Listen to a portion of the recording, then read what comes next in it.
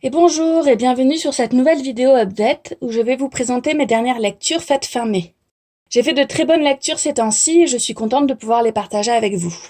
Je vais vous parler de 3 lectures graphiques, 3 romans et un magazine que je recommande tous. C'est parti. Fin mai, j'ai fait la lecture de Ténébreuse, le premier tome d'une duologie dont le second devrait sortir en fin d'été. Il s'agit d'une bande dessinée de fantasy publiée chez les éditions Dupuis par Vincent Mallier et Hubert, hélas décédé en 2020.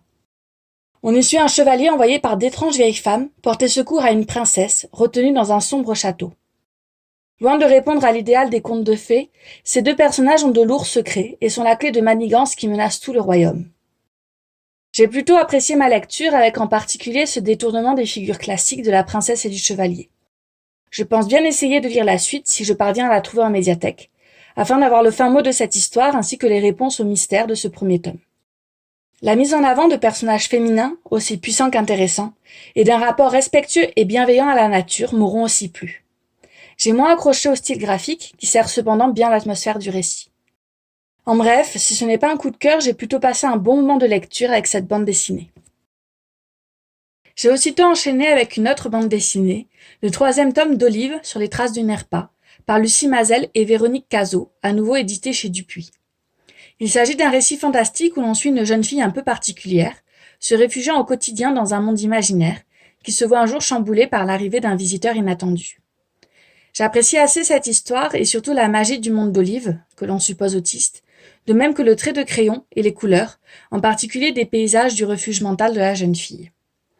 J'ai été séduite par le premier tome, mais suis un peu moins convaincue par la suite, et ce 3e tome en particulier que je trouve moins onirique et un peu incohérent. Je lirai tout de même le dernier tome dont la sortie est prévue pour septembre. Il me tarde de connaître la fin de la quête d'Olive et de plonger une dernière fois dans son univers.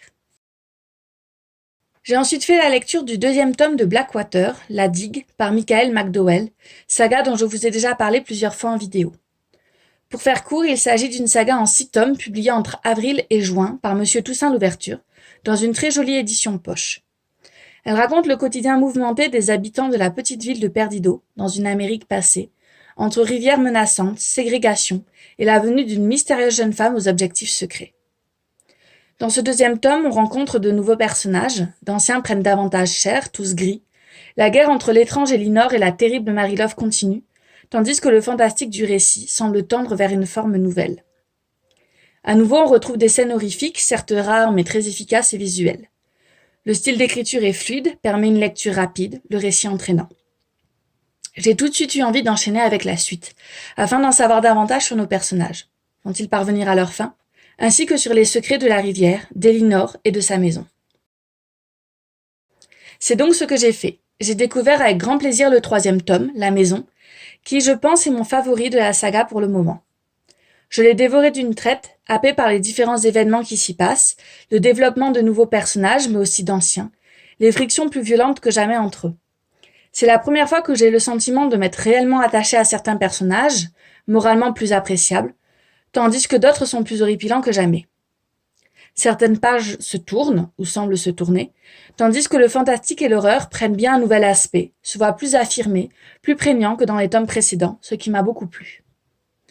J'ai très hâte à nouveau d'avancer ma lecture de la saga, avec le 4e tome, La Guerre, puis le 5e, La Fortune, et je sens que je vais avoir du mal à rester patiente jusqu'à la sortie du 6e et dernier, La Pluie.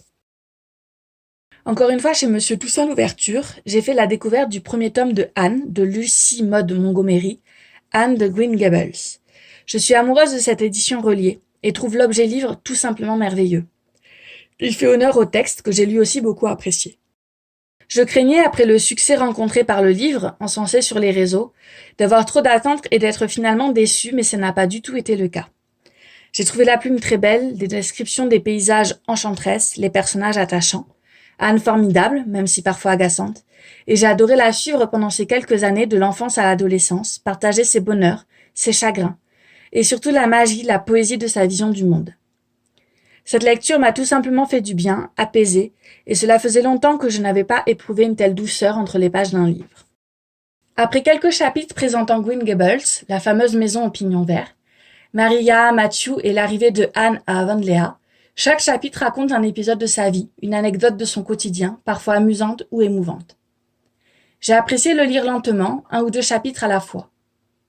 Ce n'est pas un livre où l'action a une part belle, loin de là, mais plutôt des fragments de vie d'une jeune fille canadienne, si je ne dis pas de bêtises, dans la seconde moitié du XIXe siècle, au cœur et à l'imagination immense, créative, terriblement bavarde et vivante. J'ai hâte de lire le 2e tome, même si je me demande ce que cela va donner maintenant que Anne a grandi, n'est plus aussi pétulante et doit faire face à de plus grandes responsabilités. Je ne doute cependant pas d'apprécier et suis très heureuse de savoir qu'il me reste encore de nombreux tomes de cette superbe saga à savourer. J'ai emprunté en médiathèque Shadow Life par Anne Xu au dessin et Hiromi Goto au scénario, publié cette année aux éditions Ankama. J'ai découvert ce titre sur la chaîne de Alex Bookin en Prada, qui m'aura donné très envie d'en faire la lecture en faisant un retour positif et intrigant. Ce roman graphique sort de l'ordinaire.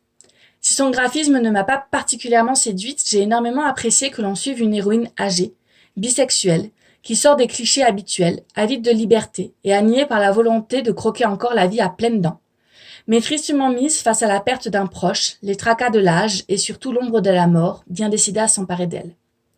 Ces thématiques m'ont beaucoup plu, de même que le côté fantastique, métaphorique et onirique, empreint à la fois d'une certaine tendresse et poésie, mais aussi d'inconnu et de frayeur.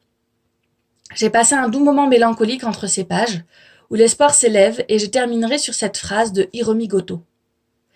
Si le futur semble extrêmement incertain et que nous sommes nombreux à nous sentir plus proches de la mort qu'avant, il est possible de vivre intensément, même avec l'ombre de la mort à nos côtés. Cela grâce à l'amitié, la compassion, la générosité et en sachant être attentif aux autres. Pour terminer cette vidéo, j'ai fait la lecture du numéro 91 du Coyote Mag. Je ne vais pas m'étendre trop longtemps à ce sujet comme j'en ai déjà parlé à plusieurs reprises dans de précédentes vidéos, dont le dernier book haul. Il s'agit d'un magazine centré sur le divertissement japonais en particulier, animé, manga et leur actualité, qui propose aussi quelques articles sur la musique ou le jeu vidéo, entre autres.